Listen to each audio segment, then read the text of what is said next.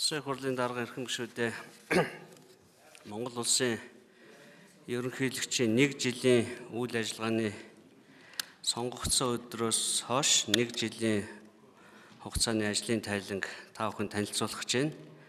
Сар орчмын өмнө нэг ийм хуруу зузаан орчим материалыг гишүүдэд тараасан.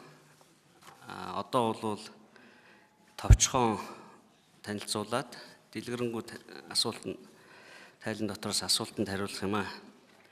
Монгол улсын ерөнхийлөгчийн 1 жилийн үйл ажиллагааны тайлангийн тухай Монгол улсын үндсэн хуулийн 35 дугаар зүйлийн 1, Монгол улсын ерөнхийлөгчийн тухай хуулийн 7 дугаар зүйлийн 1 дэх хэсэг заасныг үндэслэн Монгол улсын ерөнхийлөгч Халтмаагийн Баттулгын 2017 оны 7 сарын 10-наас 2018 оны 7 дугаар сарын 10-ны өдрийг хүртэлх хугацаанд хийж хэрэгжүүлсэн ажил, үйл ажиллагааны талаар улсын хурл танилцуулж байна.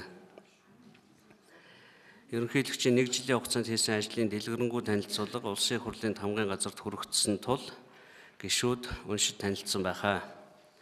Тус танилцуулгад 1-р Монгол улсын ерөнхийлөгч хуулиар олгосон бүрэн эрхийн хүрээний асуудлаар, 2-р Монгол улсын ерөнхийлөгчийн мөрийн хөтлөөр туслан бодлого зорилтын хүрээний асуудлаар хийж хэрэгжүүлсэн ажлууд нэг бүрслэн тусгагдсан.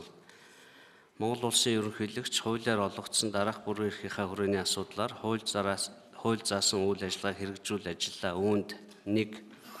Төрийн байгууллал, улс орны удирдлагын талаарх ерөнхийлөгчийн бүрэн эрхийн хүрээнд 1-1. Монгол улсын ерөнхийлөгч улсын их хурлтай харилцаж ажиллах бүрэн эрхийнхаа хүрээнд Монгол улсын их хурлын чуулганы нэгдсэн хуралдаанд 8 удаа оролцож, улсын их хурлын баталсан хууль, тогтоолд 4 удаа хориг тавьж, хууль улсын их хурлын шийдвэрийн 3 төсөл санаачлан өргөн барьж, 6 албан тушаалтныг томилох асуудлаар улсын их хурлаа зөвшөлдсөжээ. 1-2. Монгол улсын ерөнхийлөгч засгийн газартай харилцаж ажиллах бүрэн эрхийнхаа хүрээнд засгийн газрын бүтэц бүрэлдэхүүн түүнд өөрчлөлт оруулах тухай ерөнхий сайдаас тавьсан саналын тухай 2 удаа зөвшөлдсөж, засгийн газар чиглэл өгөх болон бусад асуудлаар засгийн газрын хуралдаанд тухайлсан санал оруулж, байр сууриа илэрхийлж ажилласан. 1-3. Монгол улсын ерөнхийлөгч шүүх эрх мэдлийн байгууллагатай харилцаж ажиллах бүрэн эрхийн хүрээнд зарлиг гарган, анхан шатны шүүхэд нэг шүүгчийг шинээр томилж, өндөр насны тэтгэврт гарсан, өөрөө хүсэлт гаргасан, нас урсан зэрэг шалтгаанаар 11 шүүгчийг шүүгчийн албан тушаалаас чөлөөлж, 8 шүүгчийг өөрийнх нь хүсэлтээр шилжүүлэн томилсон. 1-4. Монгол улсын ерөнхийлөгч үндэсний хэмжээний арга хэмжээнд оролцох ёстод хандан баяр хүргэж, амжилт гаргах, шийдвэрлэл зохих асуудалд анхаарлаа хандуулахыг хүсэж 38 удаагийн илгээлт хүргүүлсэн. 2. Үндэсний аюулгүй байдлыг хангах, улсыг батлан хамгаалах талаарх ерөнхийлөгчийн бүрэн эрхийн хүрээнд 2-1. Монгол улсын ерөнхийлөгч үндэсний аюулгүй байдлын зөвлөлийн тэргүүний хувьд үндэсний аюулгүй байдлын зөвлөлийг 6 удаа хуралдуулж, 15 асуудал хэлэлцэн шийдвэрлэж, 21 зөвлөмж, 13 тэмдэглэл гарган, Монгол улсын их хурл, засгийн газар, үндэсний аюулгүй байдлыг хангах, тусгайлсан чиг үүрэгтэй холбогдох байгууллага, албан тушаалтнуудад зөвлөмж, үүрэг даалгавар, чиглэл хөргүүлсэн байна. 2-2. Монгол улсын ерөнхийлөгч зэвсэг түвшний ерөнхий командлагчийн хувьд батлан хамгаалах яам, төрийн цэргийн болон хууль сахиулах байгууллагуудын үйл ажиллагаа, сарын ажлын үр дүнгийн мэдээ, тайлантай танилцаж, үүрэг чиглэл өгч ажиллав. Монгол улсын ерөнхийлөгчийн 2018 оны 1-р сарын 4-ний өдөр 01-р зарилгаар зэвсэг түвшний бие бүрэлдэхүүн, техник хэрэгслийг улсыг хөгжүүлэх бүтээн байгуулалтын ажилд оролцуулах журмыг баталж, батлан хамгаалах яам, зэвсэг түвшний жанжин штаб журмыг мөрдөж ажиллах хэрэгжилтийг хангахыг үүрэг болгосон. 3. Гадаад харилцааны талаарх ерөнхийлөгчийн бүрэн эрхийн хүрээнд Монгол улсын үндсэн хууль, Монгол улсын ерөнхийлөгчийн тухай хуулиар олгогдсон бүрэн эрхийнхаа хүрээнд Монгол улсыг гадаад харилцаанд бүрэн эрхтэй төлөөлж, гадаад бодлого олон улсын хэмжээнд идэвхтэй үйл ажиллагаа явуулах чиглэлийг барьж ажиллав. 3-1-1. Монгол улсын ерөнхийлөгч Оросын холбооны улсын ерөнхийлөгч Владимир Владимирович Путиний ивэл дор Владивосток хотноо 2017 оны 9-р сарын 4-өөс 7-ны өдрүүдэд зохион байгуулагдсан дорны эдийн засгийн 3-р чуулга уулзалтад урилгаар оролцож, Оросын холбооны улсад ажлын альжил хийсэн. 3-1-2.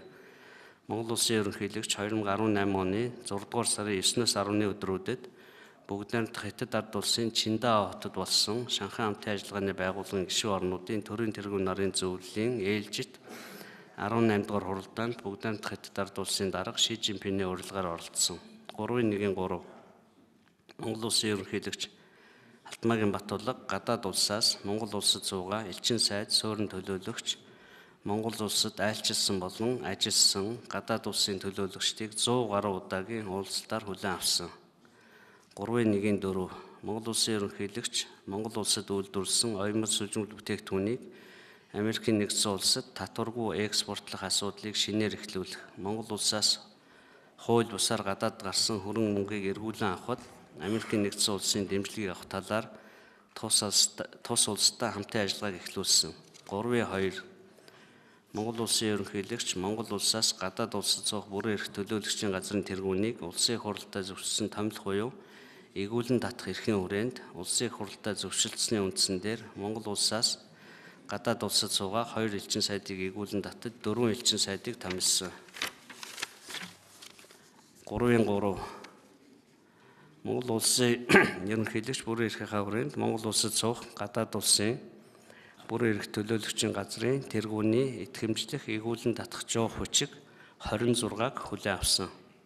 4 Ерөнхийлөгчийн бүрэн эрхийн бусад асуудлаар 4-1 Монгол улсын үндсэн хууль Монгол улсын ерөнхийлөгчийн тухай хуулиар олгосон улсын цол, цэргийн дээд цол хүртээх одон медалаар шагнах, хүртээсэн цол, шагнасан одон медалыг хасах бүрэн эрхийг хэрэгжүүлж ажилласан. 4-1-2 Монгол улсын ерөнхийлөгчид хандан уучлал үзүүлэхийг хүссэн 62 өргөдлийг хүлээн авч хянан үзээд өргөдлийн шаардлага хангаагүй 21 өргөдлийг буцааж бусад 41 өргөдлийг судалж байна.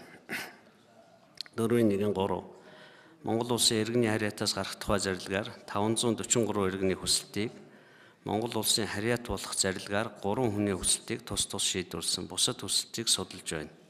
4-2 Монгол хэлний тухай хуулийн 21-ийн 1-р хэсэг заасны дагуу Монгол улсын ерөнхийлөгчийн дэргэд Монгол хэлийг хамгаалах, хөгжүүлэх үндсэн үүрэг өгөхийг хэлний бодлогын үндэсний зөвлөл ажиллаж байна. Монгол хэлний тухай хуулийн шаардлагыг хангуулах зорилгоор хэлний бодлогын үндэсний зөвлөлийг шинжилэн байгуулсан. Хэлний зөвлөл Монгол хэлний зөв бичих дүрмийн журмалсан тойлыг баталж улс орон даяар бүх нийтээр дагаж мөрдөхөөр журмалсан. Бүх сургууль болон төрийн байгууллагууд уг тойл бичгийг тарааж цахим хувилбаруудыг нийтийн хүртэл болгосон.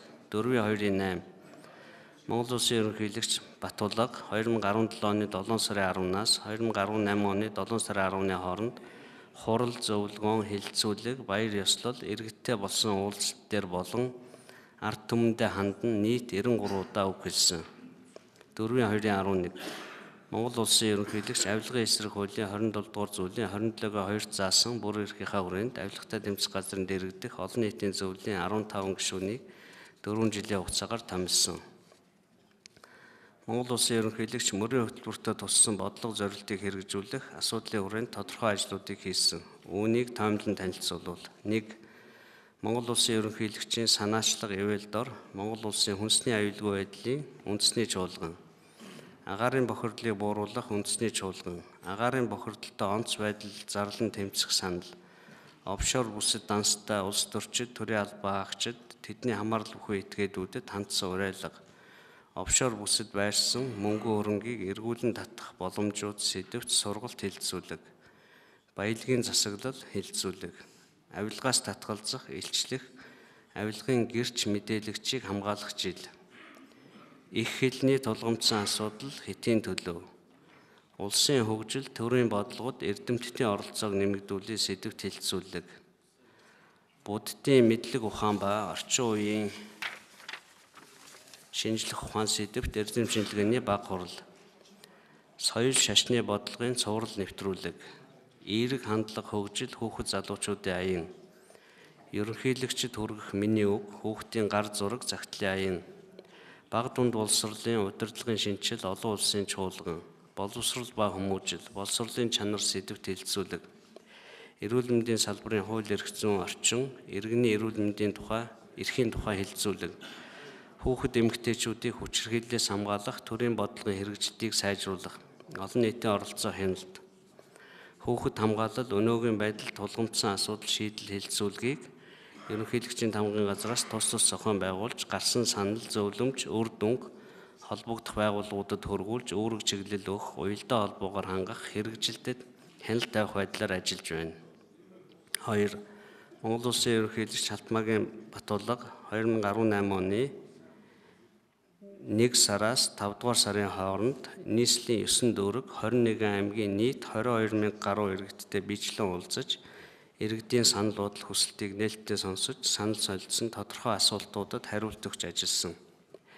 Аймаг нийслэлийн иргэдтэй хийсэн уулзалтын үеэр 3,165 иргэн өөрийн санал хүсэлтээ илэрхийлснээс 1,360 иргэн биечлэн уулзалтын үед микрофон дээр хэлсэн хаалтан дотор илэрхийлсэн бол 1,805 иргэн загтал өргөдөл болон бичгээр ирүүлжээ.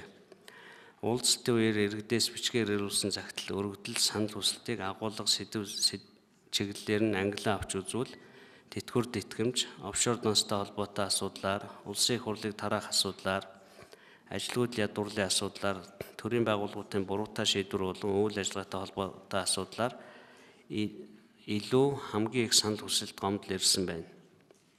Монгол Улсын ерөнхийлөгч иргэдээс ирүүлсэн санал хүсэлт шаардлага шүүмжлэлийг тухайн чиглэл асуудал бүрээр ангилан үзэж, тодорхой асуудлаар Монгол Улсын Улсын их хурлын чуулганы хуралдаанд мэдээлэл хийж, Монгол Улсын засгийн газарт болон төрийн бусад байгууллагууд хөргүүлж, санал чиглэл өгч, ерөнхийлөгчийн бодлого үйл ажиллагааны хөтөлбөрт иргэдээс ирүүлсэн санал хүсэлт шаардлагыг тусгах дөрвтэй зарим арга хэмжээг хэрэгжүүлэх ажлыг онцгойлон анхаарч ажиллаж байна.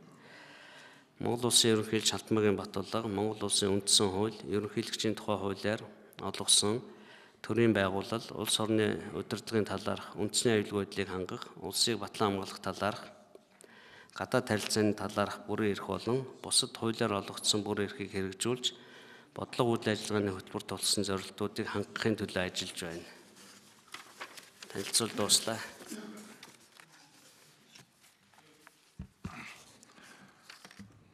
За, энэ бол